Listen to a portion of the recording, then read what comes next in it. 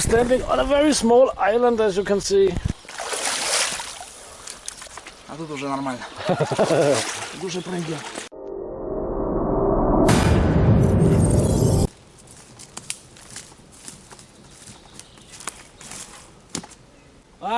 There you are, guys. Hello guys, welcome to Survival Russia.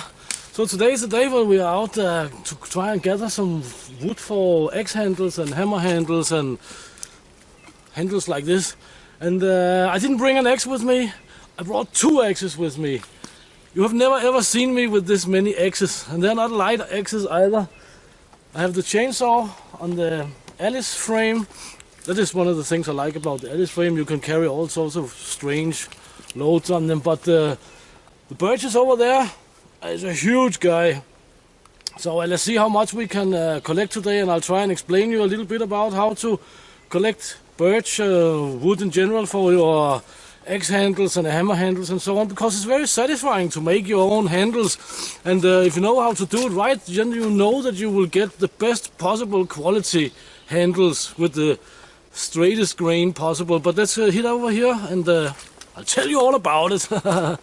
Vegetation is going mad. I should have done this earlier, but you know, weather and stuff sort of like and season dictates pretty much what I can do, also what I can do with videos, because we have a lot of stuff to do at the homestead with the kitchen garden and all this stuff. So yeah, it is what it is. But this birch I spotted a while ago, and it looks like it's been fallen over this spring or something like this. Let's see, this is a big guy. I would say it's most likely 80-90 centimeters.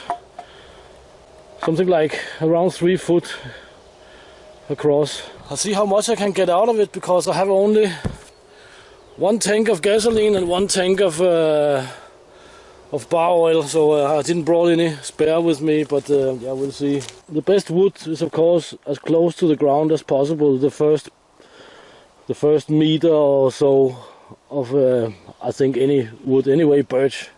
Birch is actually not bad for handles at all. I'll try and take as many pieces as I can from here and up to here. You can see here the frame is here.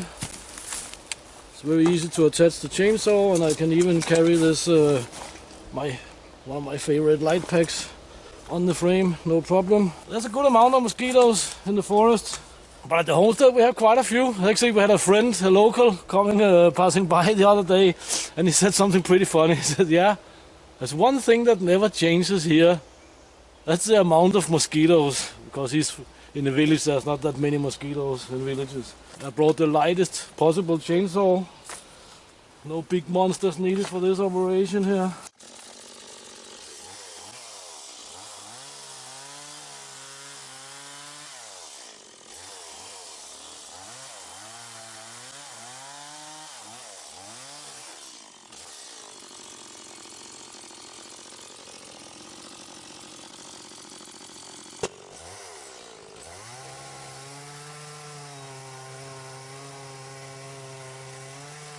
So I didn't really get any of the best part of the log. It's not really in that good condition, just how it is, but it's still a thick birch, so it should be awesome actually. But we want is basically this part out here.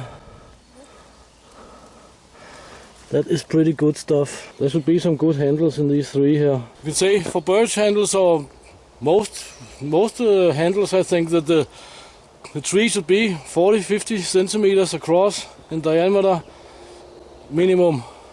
That's because you want the grains as a large radius as possible, to make them as straight as possible in the eye of the axe or hammer or whatever. But yeah, let's get on with it. Some say that a splitting axe should not be sharp really, or doesn't need to be sharp really.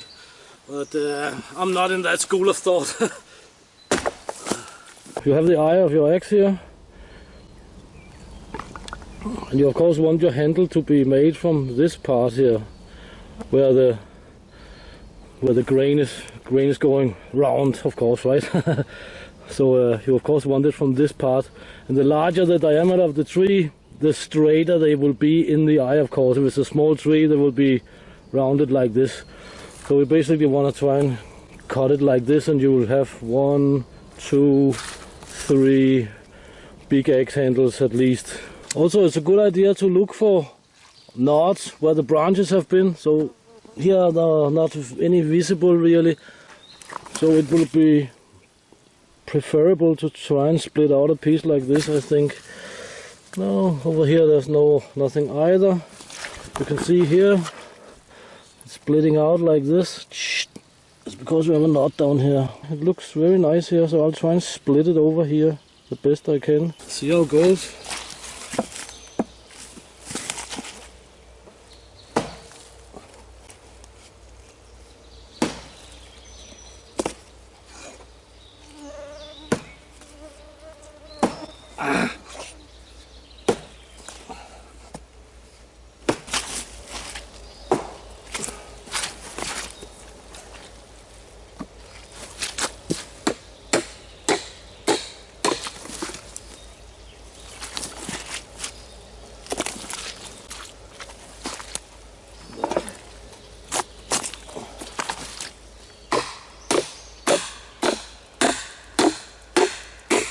I should most likely clean off the bark a little bit. Very thick birch bark has a tendency to lock the trunk so it splits not so easy.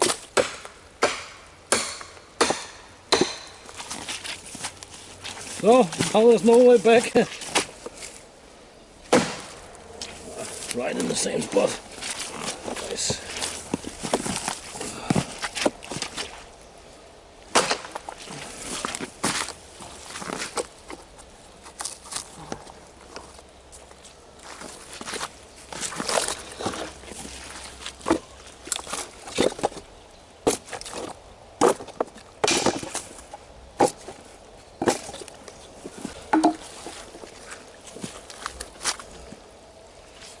So here we have a good piece. You see, it's split right down here. There's be a very nice handle here. A very nice handle here. I'll try and do that one on cam.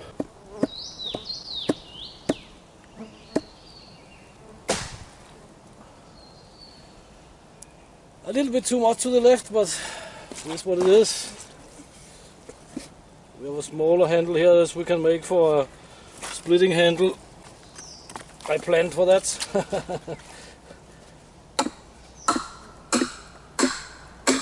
Let's hope it splits nicely.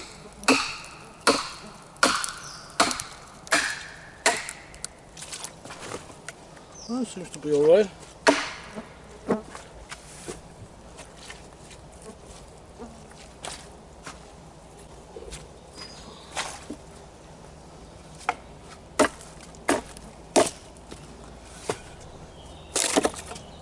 The reason you want to do it like this is of course that you want the pieces for the axe handles that splits naturally, you can say.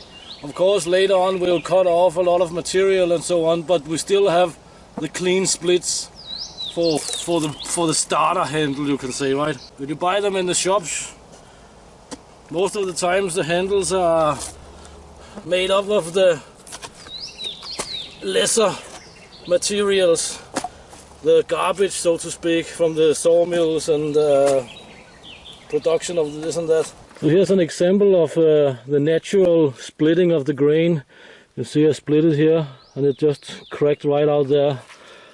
That means that we can of course use this part here, but it would not be great to have made an axe handle of this part.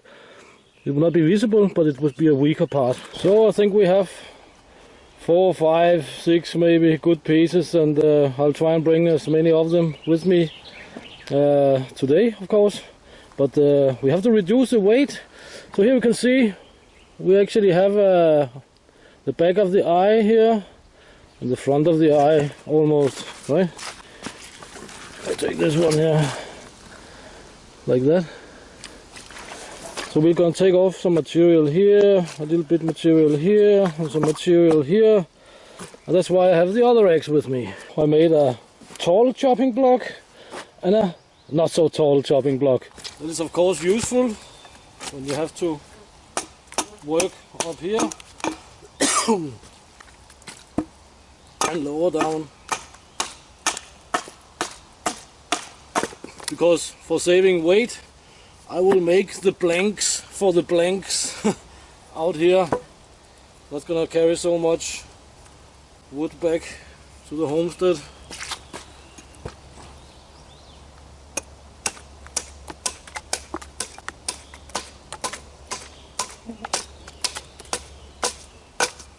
We are not that far away actually, so I might leave some of the wood and just go and get it tomorrow without the axes and chainsaws and all that stuff. It'll be much easier. And when the Survival Russia vehicle is done, I should be able to make it out here. Maybe not today because the forest is pretty flooded, but in general should be possible.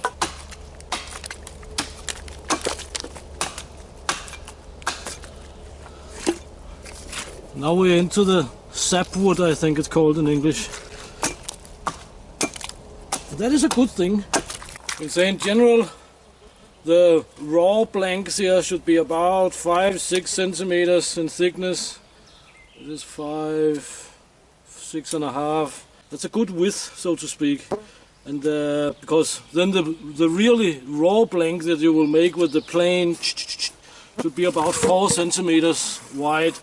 And from that you'll get an awesome handle. If you make a plank on 4 centimeters times whatever, 8 or something like this, then there's a lot of less material to dry. So you can actually dry it in a few months, or you can even dry it in a few weeks in a relatively hot room or something like this. Not too warm because otherwise it's gonna crack. So guys, this is what we got so far. 2 large planks. This is just for size. 2 small planks here, it's likely for hammer handles or something like this, and a medium size. I say, yeah, for something like this size, yeah, no problem.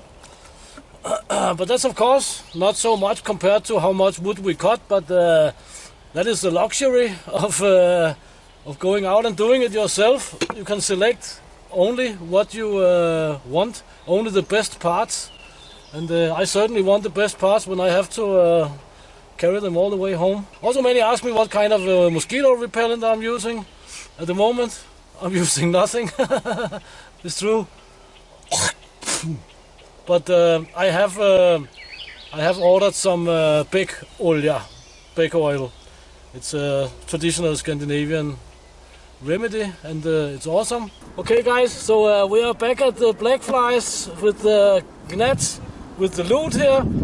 The pink troll is holding the camera, so I don't know how that goes, but yeah, I hope you liked the video. I hope you found it informational. Please share, subscribe, sub bell and sub like and all that good stuff. Until next time, get out and train, get it done, and see you next time here in summertime Russia. Thank you for your time, guys.